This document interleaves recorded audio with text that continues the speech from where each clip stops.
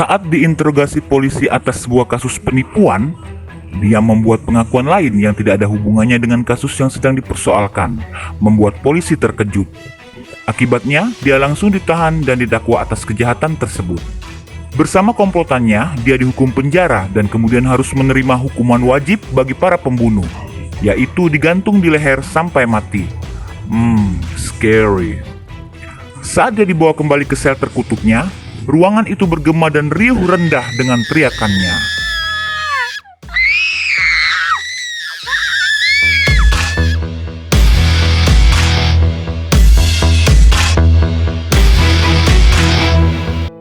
Philip adalah suami dan ayah yang baik. Dia adalah seorang pukat bergaji rendah yang menghabiskan banyak waktu di laut. Tetapi dia tetap seorang suami dan ayah yang baik hati, yang selalu mengirimkan uang kepada istrinya secara teratur untuk kebutuhannya dan anak-anak mereka. Istrinya, Sandra Smith, 21 tahun, tidak sama dengan dirinya. Sandra lahir pada tahun 1962 dan memiliki 2 anak bersamanya. Mereka dipisahkan oleh ruang dan itu buruk bagi Sandra. Suatu ketika, Sandra Smith merasa kesepian karena suaminya berada jauh di tengah laut. Pada musim gugur 1983, dia main mata dengan Yashim Harris, 18 tahun, seorang pengguna narkoba yang menganggur. Harris mengambil kesempatan di tengah kesempitan sang ibu muda, yang meski tidak berduit, Sandra mendapatkan uang rutin bulanan dari suaminya. Harris tidak punya uang karena menganggur, tetapi menginginkan hidup dan narkoba. Si preman kecil Yashim Harris dipenjara pada usia 13 tahun karena mencuri, penipuan, dan penggunaan narkoba. Pada Maret 1986, Philip mengetahui perselingkuhan istrinya dari tetangga mereka, dan akibatnya dia mengusir Sandra. Sandra meninggalkan keluarga dan rumahnya. Kemudian, dengan menggunakan uang yang Sandra terima dari suaminya, pasangan yang tidak setia itu menyewa sebuah apartemen sederhana. Biaya hidup sehari-hari pasangannya ditanggung oleh Sandra yang dengan cepat menghabiskan uangnya. Untuk memenuhi kebutuhan hidup, mereka membeli dan menjual video, tetapi pendapatannya tidak mencukupi.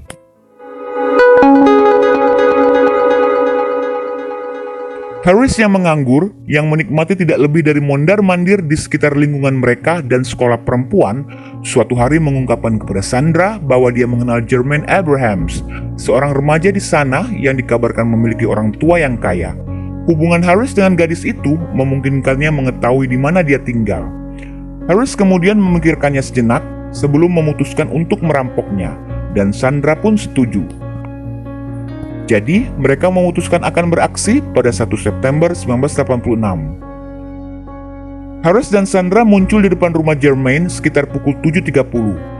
Dan Harris mengetahui bahwa orang tuanya berangkat kerja pukul 7 pagi dan Jermaine pergi ke sekolah sekitar pukul 7.40 pagi. Lalu mereka berpura-pura ingin menggunakan telepon. Keduanya diizinkan masuk oleh Jermaine karena dia mengenal Harris. Tidak perlu menunggu lama, mereka dengan cepat mengikat gadis itu setelah memastikan bahwa dia adalah satu-satunya orang di rumah itu. Namun, aksi mereka terhenti karena dikejutkan oleh ketukan di pintu. Jermaine mengambil kesempatan ini untuk berteriak dengan marah. Mereka segera mengikatkan lap piring di lehernya dan mencekiknya untuk menghentikannya berteriak setelah Jermaine mulai meronta-ronta. Harris berlari ke dapur secepat mungkin untuk mengambil pisau, lalu berulang kali menikam leher gadis itu hingga dia terdiam. Ketika pasangan itu sudah mulai menggeledah rumah, Jermaine yang terluka parah secara ajaib berhasil berdiri dan tersandung beberapa kali sebelum pingsan. Gadis muda itu segera dibawa ke kamar orang tuanya, dipaksa duduk di sudut, dan dipaksa untuk menunjukkan kepada Harris di mana perhiasan dan barang berharga orang tuanya disimpan. Jermaine hanya bisu dan sudah tidak sadarkan diri. Tenggorokan gadis itu kemudian digorok oleh Harris, yang tampak seperti iblis, yang kemudian membungkusnya dengan selimut. Kemudian keduanya mulai mengumpulkan semua yang mereka bisa dan melarikan diri.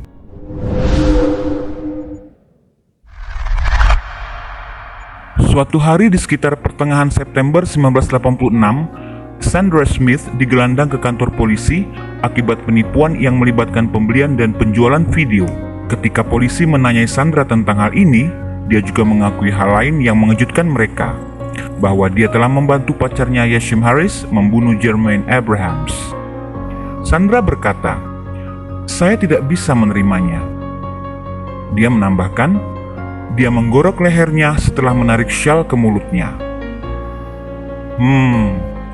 Mungkin inilah yang dimaksud dengan ungkapan dikejar dosa ya. Dia mulai merasa khawatir ketika seseorang terbunuh. Dia mengaku dengan sendirinya, itu adalah hasil dari bergaul dengan preman. Sandra pada umumnya adalah orang yang baik, tetapi dia membuat keputusan yang salah dengan mengkhianati pernikahannya. Betul? Selain dikejar dosa, mungkin juga dia kira dia tidak akan mendapat hukuman berat karena menyerahkan diri. Oke, jadi pada 15 September 1986, Sandra Smith resmi ditangkap dan didakwa membunuh Jermaine Abrahams. Yasim Harris, pacarnya, menyusul 5 hari kemudian. Mungkin kalau Sandra tidak mengakuinya, polisi mungkin masih mengusut kematian Jermaine kan? Berhubung tidak ada saksi saat itu, dan sepertinya orang yang mengetuk pintu saat itu tidak curiga dan tidak mendengar teriakan Jermaine karena dia langsung pergi begitu tidak ada yang menjawab. Pada tanggal 23 September 1986, Smith dan Harris disidang di Mitchell's Plain Magistrate Court untuk sidang komitmen. Selain pembunuhan, mereka mengaku mencuri perhiasan senilai 2.000 rand. Mereka diadili secara bersama-sama pada tanggal 1 Desember 1986 di Mahkamah Agung Cape Town di depan Tuan Justice Manik, Hakim Ketua Pengadilan Cape Town, dan 2 penilai. Afrika Selatan tidak menggunakan sistem juri, meskipun sistem hukum Afrika Selatan didasarkan pada hukum Inggris. Hanya ada hakim dan penilai di pengadilan. Keduanya diwakilkan oleh kuasa hukum dan keduanya berusaha saling menyalahkan. Mereka semua mengaku berada di tempat kejadian saat pembunuhan itu terjadi, tetapi Smith mengklaim bahwa Harrislah yang benar-benar melakukan pembunuhan tersebut, sementara Harris mengklaim bahwa Smith telah mendominasi dirinya. Menurut Smith, Harris membunuh gadis itu agar dia tidak bisa mengenali mereka. Setelah mendengar pemuda tersebut menjelaskan bagaimana dia membunuh Jermaine Abrahams, hakim menyebut Harris sebagai saksi yang mengerikan dan mengatakan bahwa Harrislah yang melakukan pembunuhan tersebut. Harris menikam dan menggorok leher korban untuk mencegah korban mengidentifikasi mereka. Hakim menyimpulkan, argumen Harris bahwa Smith telah mengendalikannya ditolak hakim. Psikiater yang memberikan bukti melawan tuntutan Harris juga melakukan hal yang sama. Hakim memang mengakui bahwa Smith menuntut, tetapi Smith tidak dalam posisi dominan, dan tidak ada bukti bahwa Smith telah memaksa Harris untuk membunuh Abrahams atau bahwa Smith telah mengambil tindakan apapun untuk menghentikan pembunuhan tersebut. Dengan demikian, hakim menyimpulkan bahwa mereka berdua sama-sama bertanggung jawab atas kejahatan tersebut di bawah doktrin tujuan bersama. Oleh karena itu, hakim sampai pada kesimpulan bahwa mereka berdua sama-sama bertanggung jawab atas kejahatan tersebut. Mereka berdua dinyatakan bersalah secara hukum dan bertanggung jawab atas pembunuhan dan perampokan Jermaine Abrahams dengan keadaan yang memberatkan pada tanggal 11 Desember 1986. Mereka berdua diadili lagi di pengadilan pada 22 Desember 1986. Sandra dijatuhi hukuman 7 tahun dan Harris 10 tahun. Namun mereka tetap menerima hukuman wajib bagi seorang pembunuh, hukuman gantung di leher sampai mati. Setelah mendengar itu, Smith berteriak histeris saat dia dibawa kembali ke selnya. Jeritan bergema di seluruh ruangan.